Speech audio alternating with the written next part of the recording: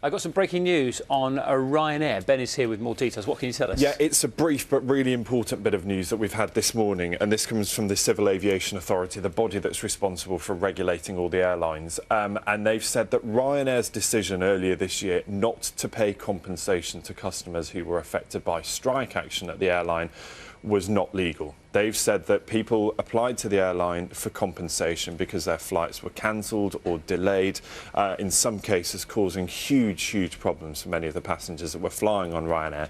They applied for compensation and Ryanair said, this is not our fault, we are not eligible to pay under the European rules that mean you're entitled to compensation. And they said, look, pursue this elsewhere.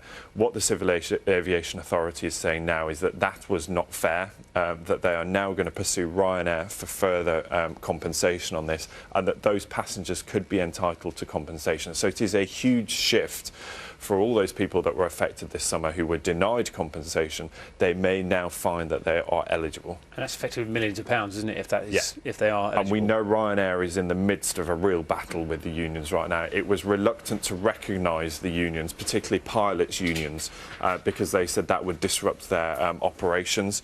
They then succumbed to that and they agreed to recognise those unions. But we know that, look, I mean, huge problems for the airline as far as paying that compensation is concerned. It could cost them dearly on what's already been a pretty difficult time for the airline. One of the problems, obviously, of course, with Ryanair is that it's public relations, isn't it, in terms of and how customers have been complaining and the number of complaints that have come through. Absolutely astonishing. I mean, just looking at the latest figures, this is from the Dispute Resolution Service, the largest of them, of all of these complaints, 22,159 complaints, but Ryanair just processed 1,000. So, you know, real problems as far as that's concerned in terms of how Ryanair responds to this, how much it could potentially cost them, and now the floodgates potentially open for people to pursue those claims for all that disruption over the summer. And loads of numbers to crack through. I know you're going to do that and have more later. And we've obviously bid, of course, for an interview with Ryanair. So we'll see if they talk to us. Thank you, Ben. We'll see.